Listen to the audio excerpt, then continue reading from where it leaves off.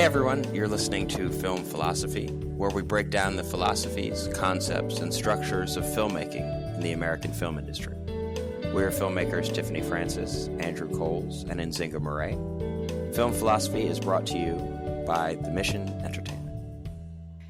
Today's episode features Edith Rodriguez, and the topic that we are tackling is corporate America and the film industry.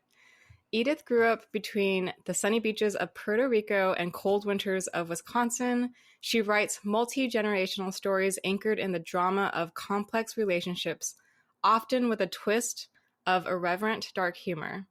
Rodriguez is a Paramount Writers Program and the Gotham TV Lab Fellow and 2023 Mentorship Matters mentee. She is currently staffed on an upcoming Showtime series and is represented by The Mission Entertainment. We chose Edith for this topic of corporate America and the film industry because after years of leading corporate strategy, she left the business world and made the move to Los Angeles to pursue her passion of writing for television. So I think she'll have really insightful things to say about having been in both worlds and similarities, and I'm excited to hear from her. So all right, everyone, welcome Edith Rodriguez. Hello, thank you for having me. Thanks for being here. All right, so we're going to get into it. So Edith, let's talk about what your experience has been like working in both corporate America and our film industry, and what parallels have you noticed about the two worlds? Yeah, I'm excited to dive in. I think that there are two sides to these parallels, which is kind of ironic because we're talking about parallels, but there is the structural side where I think especially with the given strike and everything that's going on in our current climate, we're becoming even more aware of these structural similarities and when it comes to corporate greed and the systemic issues. And I think that is something that as a collective, we're seeing with collective bargaining in our unions that we need to tackle. And for me, I think today I can talk more about the experience parallels that I experienced as an individual, because people with much more experience than me are tackling those systemic issues, and we can dive into a little bit of that later.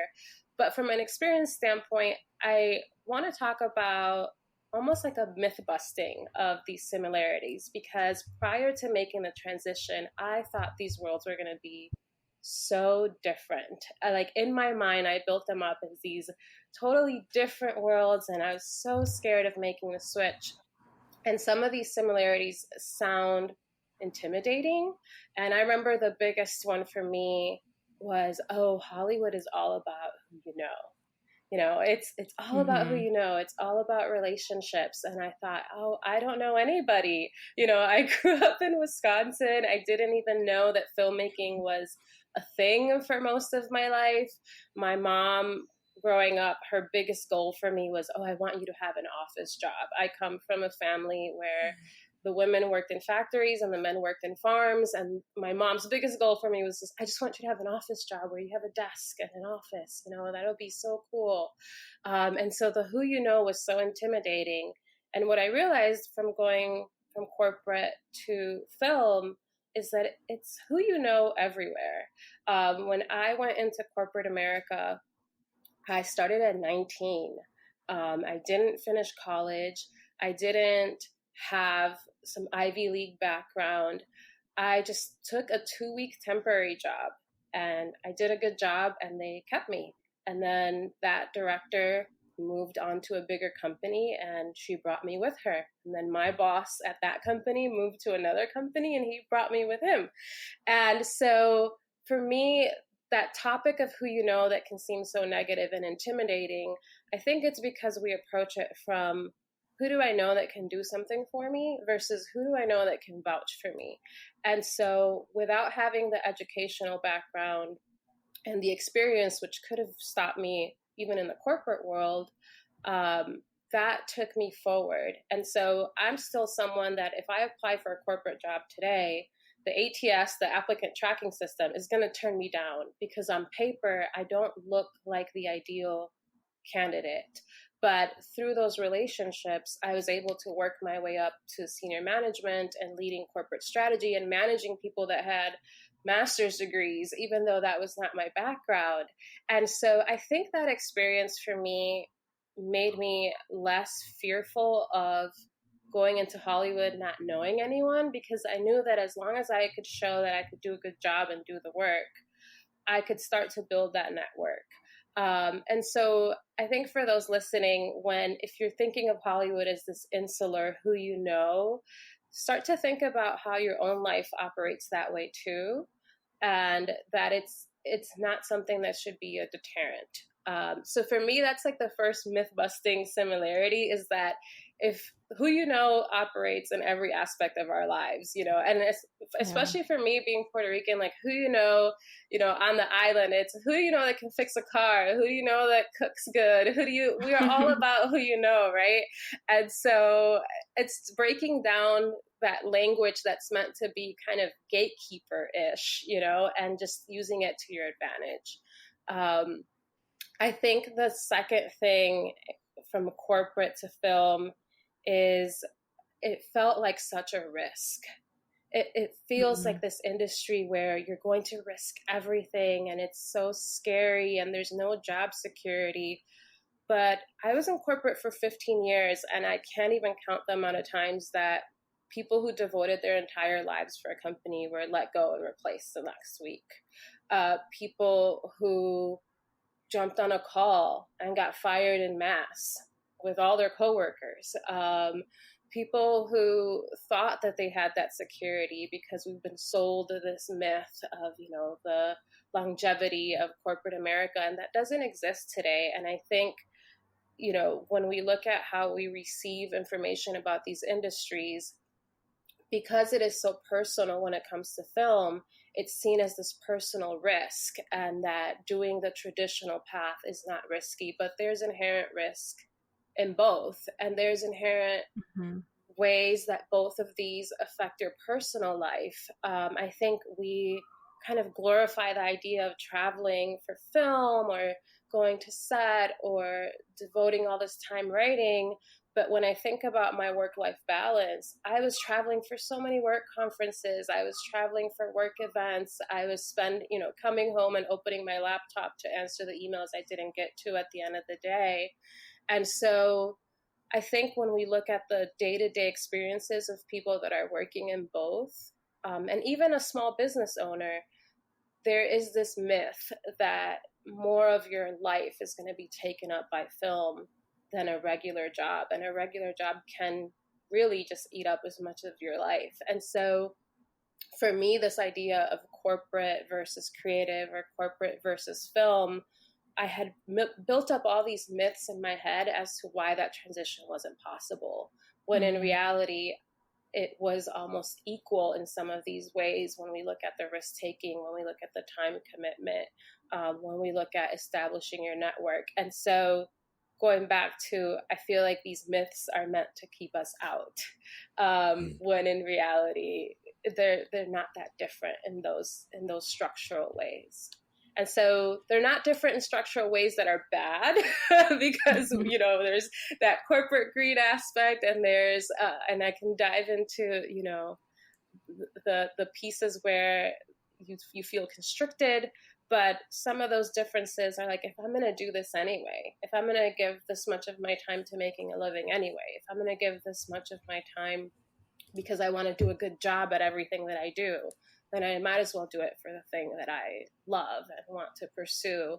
And so I would just challenge that if we're comparing both industries, especially, maybe someone that's going into college or a college graduate, or looking at, what are the career paths, that false sense of security is something we should discard when it comes to corporate America, for sure. Love that. I just want to say that is like a very healthy way of thinking about the industry. I think a lot of people don't have that outlook, Yes. So I just want to say, like, this is really refreshing for me to hear. Yeah. And I think, I'm still in that transition, so it's very fresh for me. I think it's,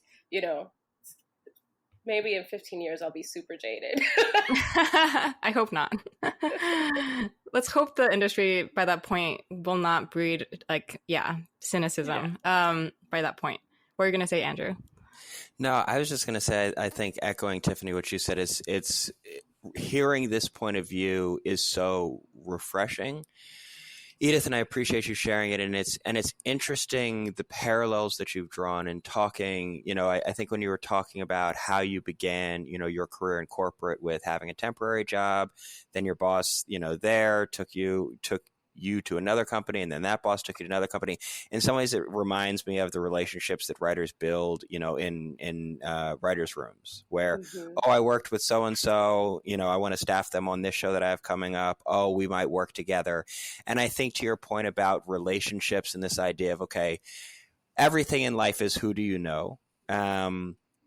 But in some ways, I wonder if your preparation or your training and experience in the corporate world gave you a different perspective and way into thinking about operating in the creative space and operating in the industry. And I wonder if, for those who have gone to film school or those, like myself who didn't go to film school but just had a real love of, movies and TV and was like, oh, is this a career that I can make of it? I wonder if there's an idealism that operates when you are coming just out of college, or just out of school and entering into the industry and being like, oh, this is like how I would make art, with my friends in school, or this is an artist industry where it is an industry that has artists operating in it, but there is a corporate structure that is the scaffolding and framework of everything that we do. And so it's not, is this idea necessarily the best, but it's, am I pitching this idea to someone who has the right relationships within this corporate structure that they can get the attention of their boss's boss and push through this idea that may not be a mainstream hit on the face of it, but they can help convey the potential. And so that everything that we do as artists within this industry relies upon, a corporate framework. And at some point in the process, we're going to have to contend with those forces. And oftentimes those are conversations that I think artists themselves rarely have. Those are the conversations that their representatives are having with the producers or with the studio executives. But I think really grounding this idea in this framework of these are similar structures and processes that go on. And I think to your point about gatekeeping, it can feel so opaque. It can feel so difficult to approach the world of entertainment. I know that was something when I started off, I was like, I don't know anybody. I don't know how this works. I didn't know that this was a thing. And feeling in some ways some questions of, well, do I deserve to be here? Can I be here? Do I have, what it takes? Do I know the right people? But I think as you get into it and you sort of demystify this thing that I think, again, as you said, is intentionally meant to feel like there are really high walls and barriers to entry, it's not that complex of a system. Like, yes, there are certain politics. Yes, there are certain ways of communicating within the entertainment industry. But at the end of the day, it's a lot of people who are worried about job security. And when you talked about folks in the corporate sector, like pledging allegiance to a company and being there and then getting laid off after all those years of service, I think that's one of the things that the fear of losing one's job is something that animates so many decisions that are made. And again, at the end of the day, it doesn't really have anything to do with the art that we're making or creating or talking about or pouring our souls into. There is an entire apparatus that is obsessed with delivering value to shareholders. And so I think just that the framework and the understanding of, as much as sometimes it feels really nice to live in the idealism of, oh no, we just make art and we just like tell stories. Like, there is a corporate aspect that, really affects everything that we do and the stories that we're able to tell and the projects that we're able to make. Yeah. And I think a lot of us, when we think about our art and our work, would like to ignore that. And it would be to our detriment because the reality is it does come down to that job security and that fear. No boss wants to look bad. There's a fear of being first and failing. So it's better to be second and succeed than to be first and fail. And I think that awareness that there is this corporate structure to filmmaking at the highest levels, as depressing as it can also be to your advantage when you understand the business acumen that's needed behind it. And also when it comes to rejection, because you start to accept the fact that it may not sometimes be about the work itself. It may be about the politics behind something. It's not uncommon, in the corporate world, that if you're launching a new idea or pitching something new, you might have to, almost like in the political world, you might have to go whip some votes before that meeting. You know who your naysayers are going to be.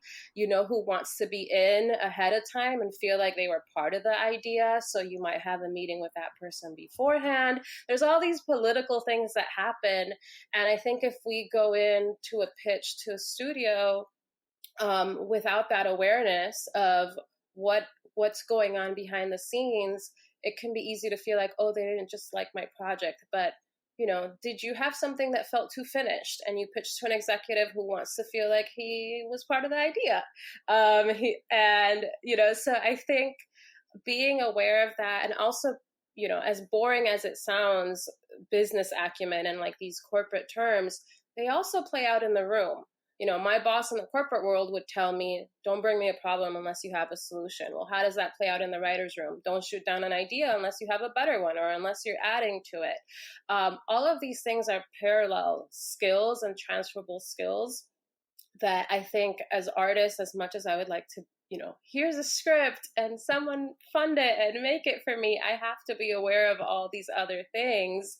And for me, that, after 15 years in corporate America, kind of feels built in, but I can see that if I thought I was just going to go out into the world and make art, that is such a weight to add on top of it. But it doesn't have to feel that way. It can feel a little bit freeing to know, okay, well, that's the structure or that's the schedule that they had, or these are the types of films they wanted to make, and you're either going to be a part of it or not. There are people that opt out. If you're someone that feels like you can navigate that corporate world and go up the ladder, that's your role. There's contractors and freelancers that come in and do graphic design and cool stuff, and they want no part of it, and they work outside of the system. And for us, it's kind of similar. Do you want to be an indie filmmaker, or do you want to make studio films? You're kind of deciding what you want to take on in terms of that political aspect, depending on what area you want to go to. And if you want to be in these big budget films and in the TV system, we can't ignore those structural components to it, right? A film that started out as a script that gets backed by Sundance and goes to the festival circuit versus a film that was made with your friends and now you're trying to find a distributor, those are going to have two different paths. And one, maybe you had more freedom, and one you didn't. And so I think the idea, going back to what you were saying, Andrew, of compromise and understanding that collaborative aspect and who you're going to partner with starts to come into play very quickly in both worlds. Yeah, I do think your perspective is really positive, and I love that. It is nice to hear what people coming in can feel like, in terms of being less intimidated, understanding a structure, how our systems are sort of built, and I want to thank you so much for your personal take and your stories and your experience, like just sharing that with us. But yeah, I wanted to ask also, like, related to corporations and business, you probably understand the business side really well. What do you feel like are your thoughts about capitalism and its effect on film as a product? I think this is sort of related to corporations and putting out a product, or, making the machine work, so to say. I'm curious what your thoughts are about that. Yeah, it's funny because when I'm in a complainy mood, I go, oh, I wish, we were in the times where I could just have like a patron who would sponsor me and I could just make whatever art I wanted, and didn't have to think about all these things. But, if I was a painter in those old times, I probably had to paint things I didn't want to because my patron wanted me to paint a family portrait of them I think whoever is funding and making the product a possibility is going to have a stake in it. And unfortunately, in the systems that we're operating in now, that is corporations. I think that is really challenging as a creative, because sometimes you feel like you're getting ahead of the note and trying to think of, oh, this is the story I want to tell, but then how do I pitch this? And it can be damaging because you're almost self-editing as you're creating. And I think for me, what's encouraging is, I recently watched I'm a Virgo, and it has all these anti-capitalist messages, and it's on Amazon. And you're like, how did they do this? And I watched Barbie, and you're like, how did Mattel approve this? And at the end of the day, in corporate, when we used to train, we used to call it the WIFM, and it's the what's in it for me. And it was, we taught, like, no matter who your audience is, if you are going to spend, 8 hours in a class with them, you need to know their WIFM, their what's in it for them. And I think as creatives, the corporation wants to make money. And if I want the corporation's money, then I need to figure out what's in it for them. But maybe what's in it for them is prestige. It's awards. It's, having a top streaming show. Even if they're spending more than they're getting back on that specific product. We had, what's the term? Lead losses or loss leaders. So in corporate America, there's loss leaders, right? There's when you think of Black Friday or things like that, there's the things that bring people in, and they might not make money, but they help the corporation have more consumers that in the long term will make money. And so you might be selling something that's not going to be profitable. It might be this character indie, but it's going to make Apple have a slate of films that they can pick up at Sundance and have prestige behind their channel, right? Or the streamer. And so I think look at who you want investment from, and then what's their WIFM, what's in it for them. Because if I want to write a little character indie, there might be a nonprofit that is doing community-based initiatives versus, what I would pitch to Disney would be totally different, right? And so I think it's unfortunate that we have to think of art in this way, but also by being realistic and looking at what are the avenues that we have to fund these things and to operate within them, we can find the right partners. And I think for me, it comes down to, okay, well, maybe if that drama is prestige and that's what this person's looking for. And I don't have the insights to know that, but that's where my wonderful reps come in and know the world, your different partners. I think that my hope also is, I honestly, I mentioned earlier, I came from a family that wasn't in corporate America. I was the first one to enter that workforce. And for me, something that I'm still undoing within myself is this desire to conform and fit in, because that is what got me success early on in my career, was figuring out how to navigate and fit into these systems. My hope is that the next generation wants to break them. And that's why, going back to our structural conversation and systemic issues, while we are navigating and kind of squeezing ourselves into these different avenues to be able to create art, at some point they have to break and something new has to form. And I have a lot of hope in the next generation when it comes to that. When I look at my daughter recently had her first day of school, and she wore this ridiculous outfit and came out proudly and was like, how do I look, Mom? And I was just like mortified inside. And I said, it's the first day of school. You're at a new school. Why don't you choose something doesn't stand out as much or may not break the dress code. And then you can see how you can go from there. You know, what wiggle room do you have? And she said, no, I have to go in as who I am. And if I break the rules on day one, then they'll tell me. And if they don't tell me, then I know I can get away with this. And it's such an opposite way of thinking to mine, but so admirable in some ways. And I think that, you know, for me, knowing my own background, knowing my corporate background, I still operate in this, okay, these are the confines, or these are the rules. I'm going to figure out I can work through them. But there'll be someone behind me that's like, screw that.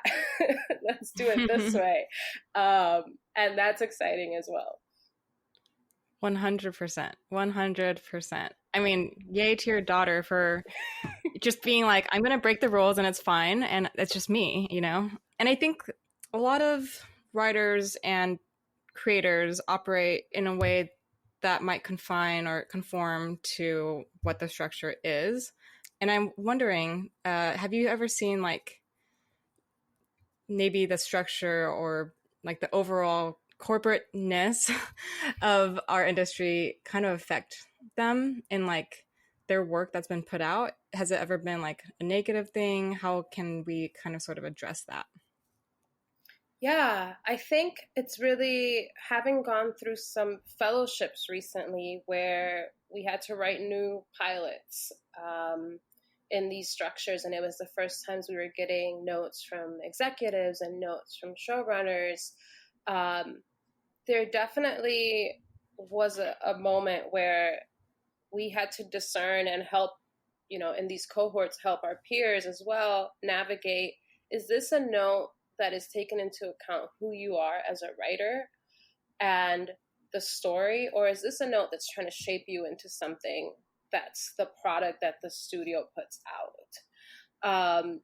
Because I think there's a difference between a note that's about pacing or structure, or wouldn't it be cool if something more exciting happened in the third act climax, versus you're a drama writer and you should write a thriller because thrillers are what we're doing right now, right? So I think that that's where compromise really starts to become problematic. I think that there's compromises that can be made as long as you're still authentic to who you are. And then there's compromises that really, when they start to get to the core of what you want to put out into the world, it becomes different. And I think what's really challenging from going to corporate to filmmaking is there is a distance between what you're creating in corporate America and yourself. Your identity is not wrapped up in it, right? So if I'm doing this huge initiative about a phone launch, you know, I used to work in telecom, and you want me to really figure out how to get people excited about a new camera spec, if you have feedback on that, if you have notes, like, I'm not a camera, I'm not a spec, like, it's fine. We can iterate a million times on this. It's not going to hurt my feelings. If I just poured out my soul into a script that's a coming of age story that's inspired by my relationship with my mom, right? And I just told you all of this, and you're like, oh, what if they go on a road trip? Wouldn't that be more exciting? It's just like, what are you, oh, you know, road trip movies are hot right now. You're like, what? I just poured out my soul. So I think that that's the biggest difference. And that's where we start to get into the dark side of film as a product, because we're asking the filmmakers, we're asking creatives to pour out their souls and their humanity, because that's the only thing that's going to make something relatable, something that's going to make an audience connect and cry and laugh, because you're sharing something that they experienced in some ways. You know, I just watched Past Lives and cried my eyes out last night because it's something real, and and you're just like, oh, this is so beautiful, and I'm lost in this moment. But someone out there is looking at that title on a spreadsheet, and they're looking at it as a product, and they're looking at it as stats. And that's where these two worlds coming together starts to fall apart, because you're still asking for someone's humanity, and then you're asking to package it and sell it and in a way that is, you know, not just is it successful because it reached an audience? Is it successful because it won awards? The fact of what, in corporate we call year over year, there's never enough success. If you're really successful this year, that just means next year you're going to have to be more successful. If you got this many subscribers, that just means you're going to have to get more. And so it's like, when is it enough? And I think that's where, as we see right now with the strike, as these two worlds start to blur, it starts to paint this clear picture that there's never enough for these people at the top. And one thing that was always clear to me is the further up that I got in the corporate ladder, which is not a coincidence of when I left, the further that there was a disconnect between the people making decisions and the people doing the work.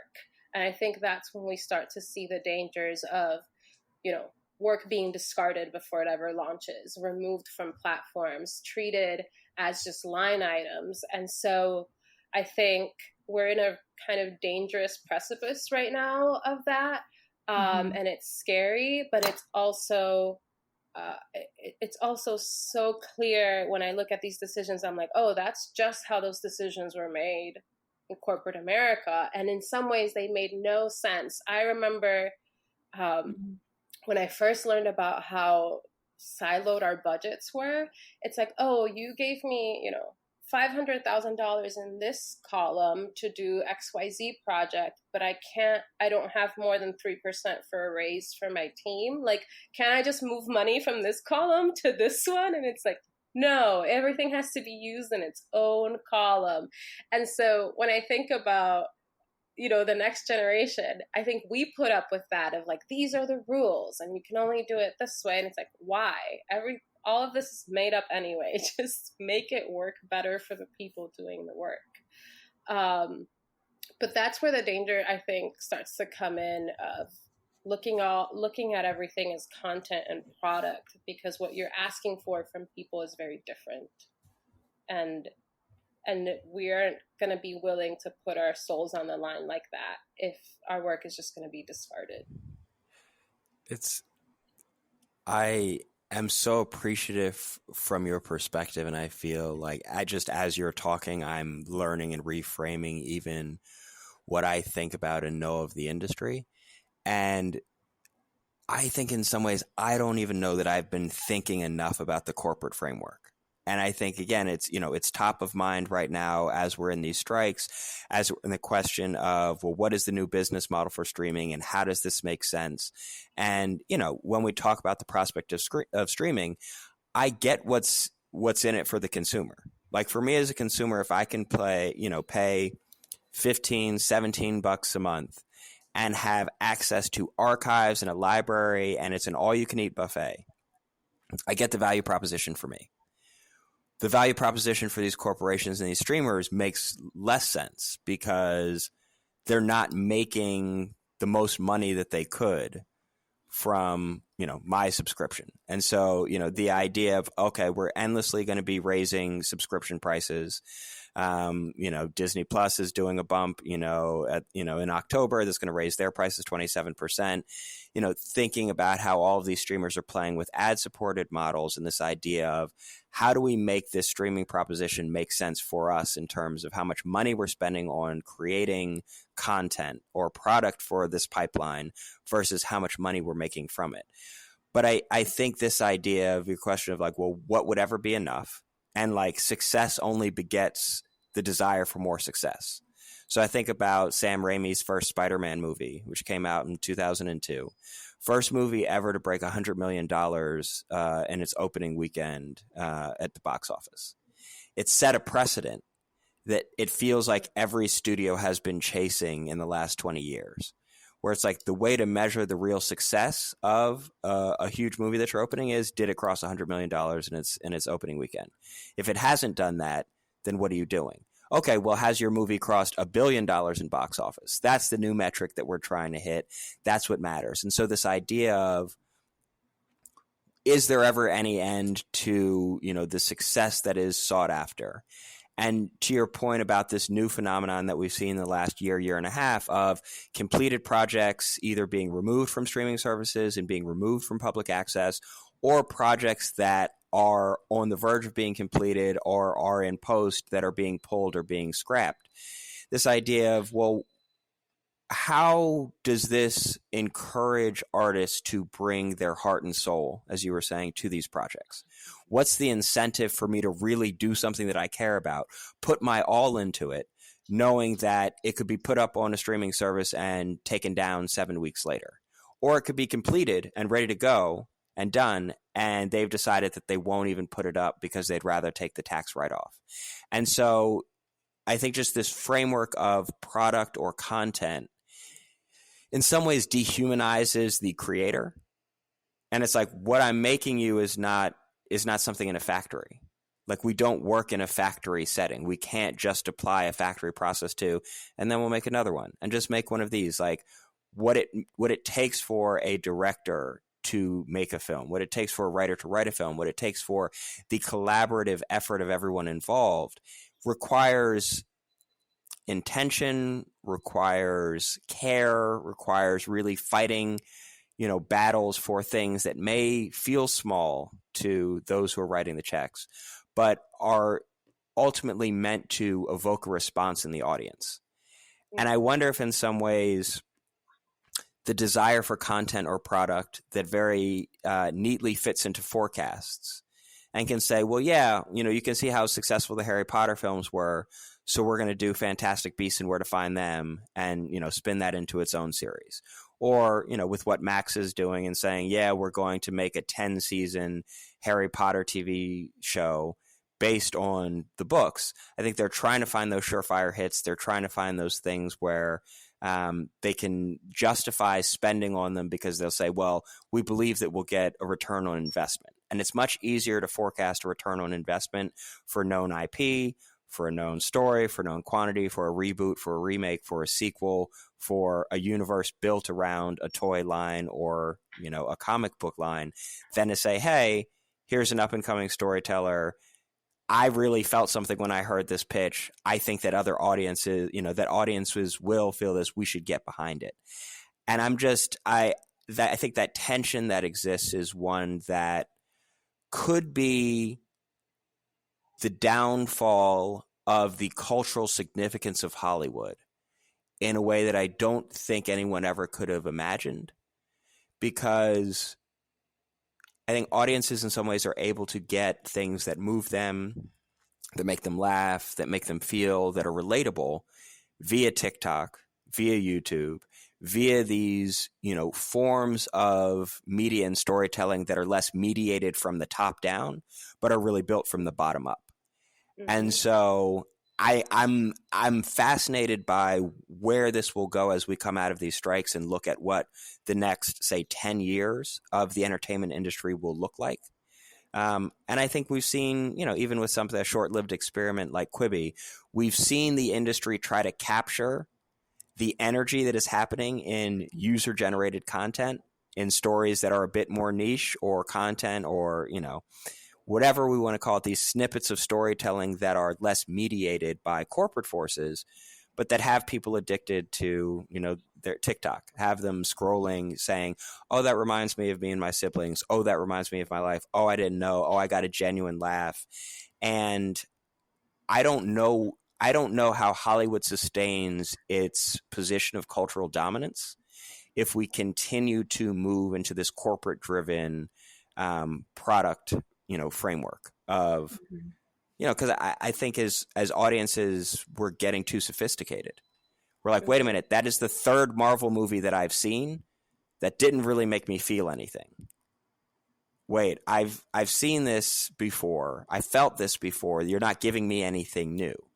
New is inherently risky.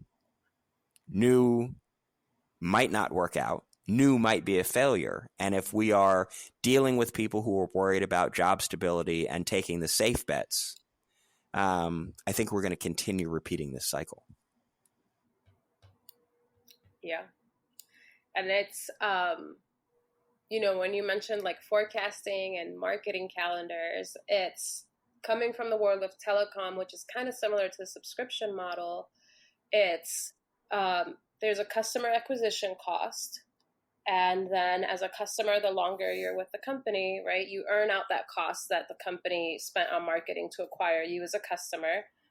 And then you make us some money, but the longer you're there, you're no longer bringing in that much revenue because you're just a current customer. That's why you don't see as many offers. When you think about the things you consume, most of the offers are for new customers because they are the ones bringing in new money. As an existing customer, you only get an offer if you're buying something additional, if you're adding a service, if you're adding a product to your existing line. It's kind of the same with streaming, right? If you're a current subscriber, you're not making them that much money. That's why they're constantly chasing after new subscribers. And so from the top down, you're just looking at those numbers and you're forecasting the safe bets. But the safe bets from the top down don't reflect the reality of those consumers you're trying to chase because you're looking at the past. And so that's why sometimes if you're looking at, the Rotten Tomato scores or the reviews or things that are coming out of some of the recent launches, it feels dated. You get that criticism, especially a lot from Gen Z, like these things don't feel like us, and that's why they're leaning towards TikTok, because it's coming from somebody that's looking at the past versus a creative that's experiencing what's going on in the current cultural moment and then driving that and pitching it and getting it sold as an original idea. And so to your point, that's the cultural collapse of, as long as you're driving things by numbers and spreadsheets and forecasting models, you're getting further and further from that human connection. Totally. I think you framed it in a very nice way of saying that people at the top are just old people very out of touch. I mean, you said it in a very nice way. Very elegant. Very corporate. And very corporate. I mean, it is kind of true, right? Like we have to kind of figure out, and I think it's smart. We should, people up there listening to this right now, like think about really what is in touch right now. It's not the old business model of making the 20 millionth Harry Potter movie.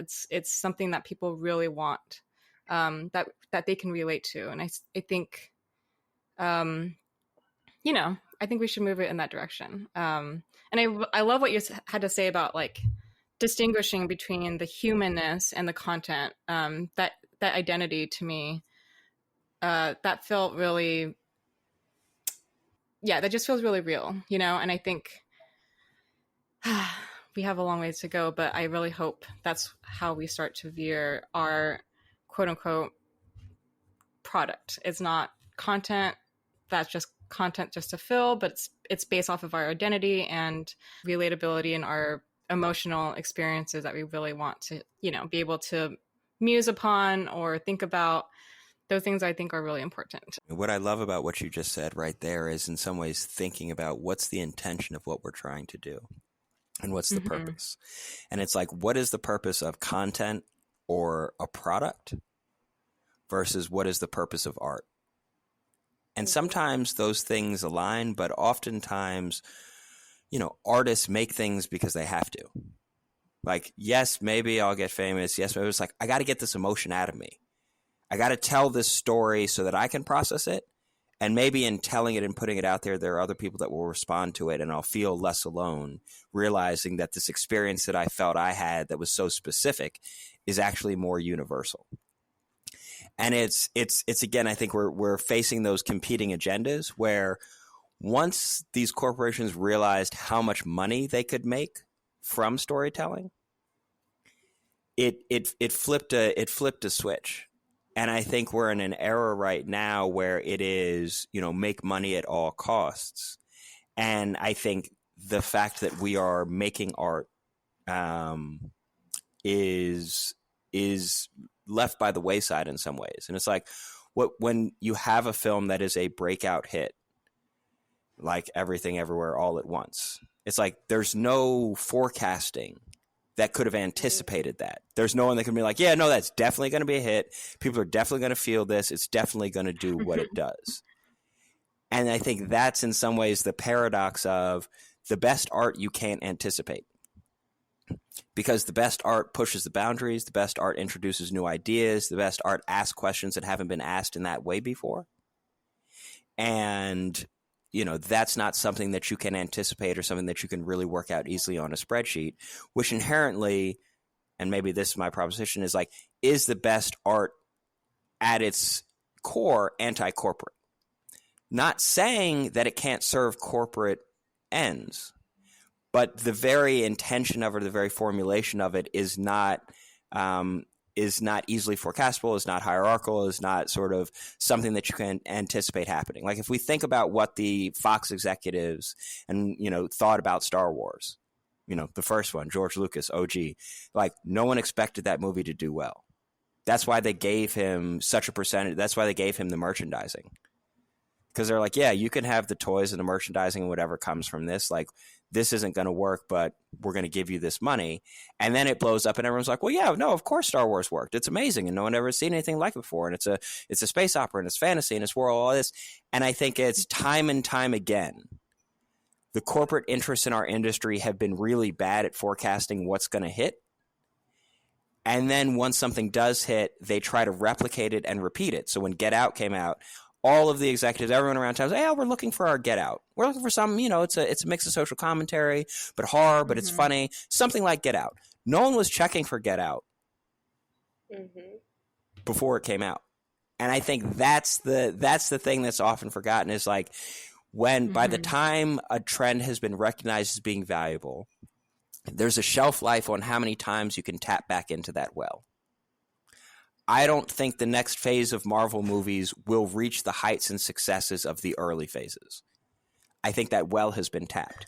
I don't know that anyone's ever going to build a multiverse or a universe around a cast of characters in the way that Kevin Feige and the early Marvel movies were able to do, because that we've seen that trick. We now know what it is, and it feels like that well is running dry for them even a little bit, given the lack of enthusiasm for some of their recent releases. So maybe this is just my steady talk about the importance of art and the importance of we need storytellers to be telling stories that come from them, that tap into the universality of the human experience, not pre-sold awareness or something that's easier for an in-studio marketing team, you know, to advertise. Yeah, and I think, you know, we're especially in this current recession under the crush of this capitalist system, right? Every day people are coming home from jobs that aren't making them enough money to pay rent and dealing with the financial stressors, the social stressors. So there is no way that when they sit down in front of a television to watch something that makes them feel human, connected, lift their spirits, it can come from that same system. It has to come from a real place. And so if we are trying this top-down approach, which is what is done in the corporate world, when it comes to filmmaking, it will fail because there is no top-down approach to the human condition. It has to come from a place of genuine art. And like you said, like this genuine need of this has to come out of no writer. That's maybe an exaggeration, but most writers, we don't love to write. We write because we have to get this thing out of us that won't leave us alone. And so the more that they ignore that source and the further that they get away from it to pursue these capitalist structures and corporate greed, the further that the consumer is going to feel from the product, because ultimately most of us that are working in these systems are working with the product all day. We don't want to come home and then see another product. We need something to lift the spirits. Yes. Love, love, love.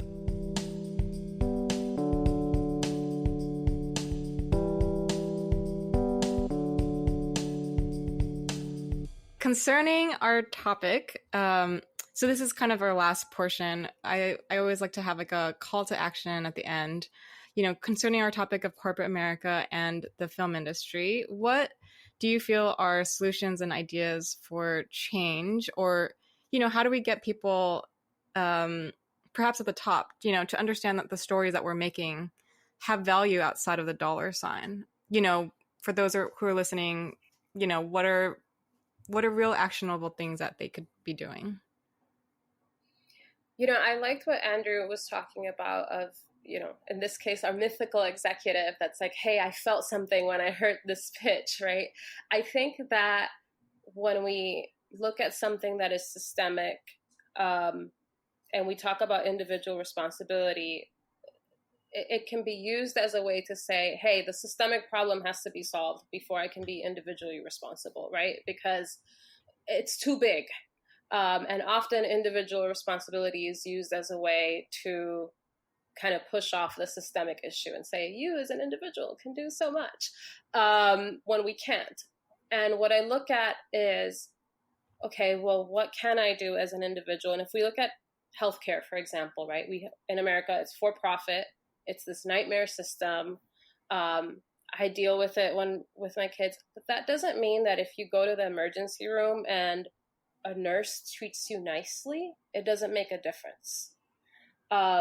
Because all this, oh, I'm a nurse in a for-profit system, so let me treat you like a number. No, that's going to make a difference if you treat me like a human being or not.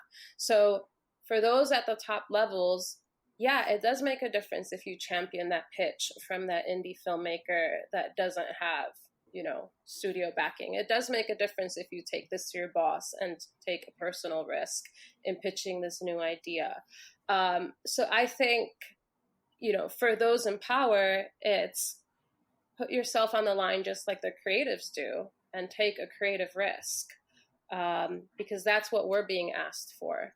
And for those that are coming in, going full circle to the beginning of the conversation, don't let these myths about the industry make it feel like it's some other world that you're not allowed into.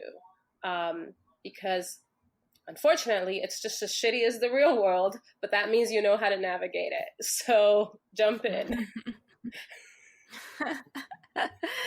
That is very inspiring, actually. On that note, do you have any last minute philosophical musings? Do you have any other inspiring thoughts on today's topic? I think that knowing how to play the game is not a bad thing. And so I think that as much as we want to keep our souls pure, and our art pure, build a little boundary around that. That's great. But then also be aware of what's surrounding that and don't shy away from it. Because if the people above you are playing the game, then you should know what those chess moves are. So I say, don't be afraid of the dark reality and learn how to shine a light within it and move around. Love it. Wise words.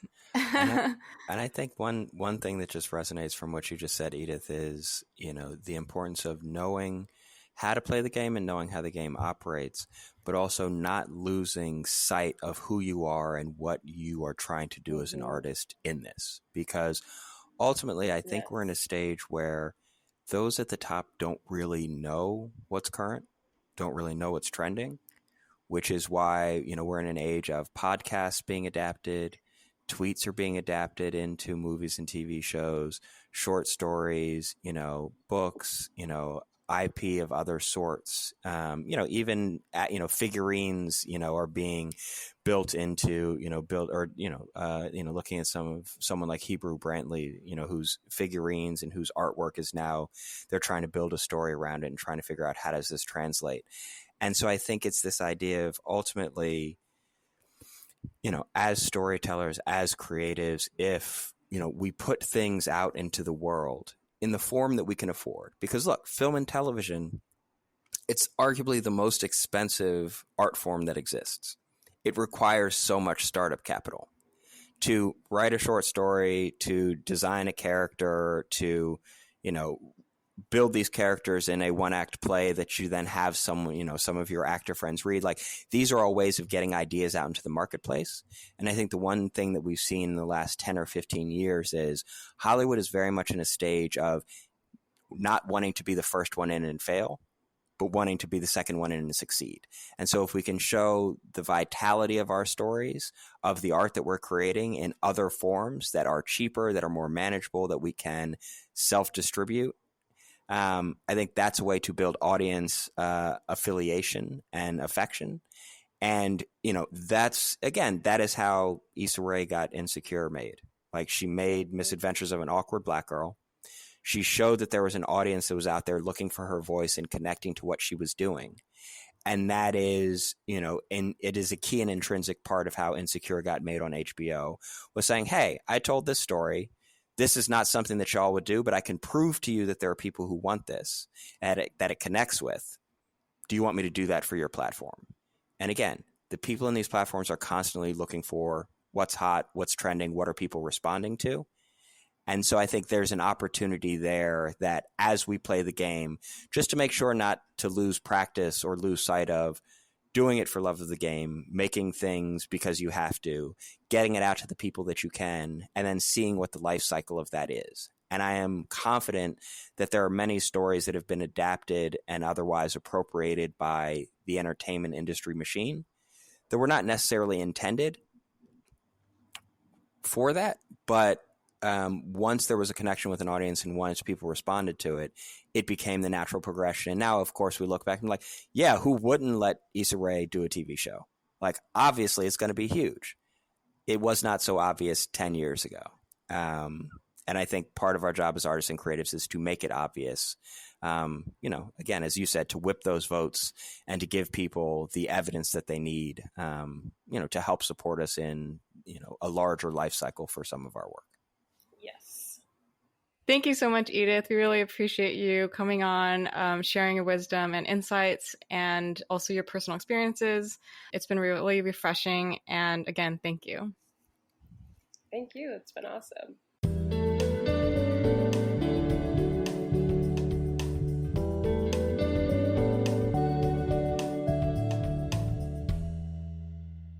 All right, so our website is filmphilosophy.com. That's film and then philosophy with an F.com.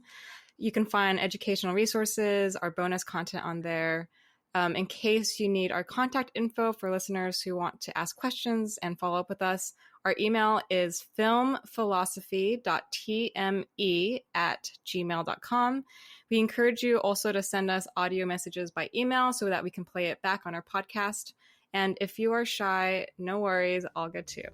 And hey, everyone, thank you guys so much for listening. We had so much fun with this topic that we kept talking after we wrapped our episode. So please enjoy some bonus content from our chat. You can find it on our website, filmphilosophy.com. Again, that's film and then philosophy with an F.com. This is Film Philosophy, and we'll see you next time.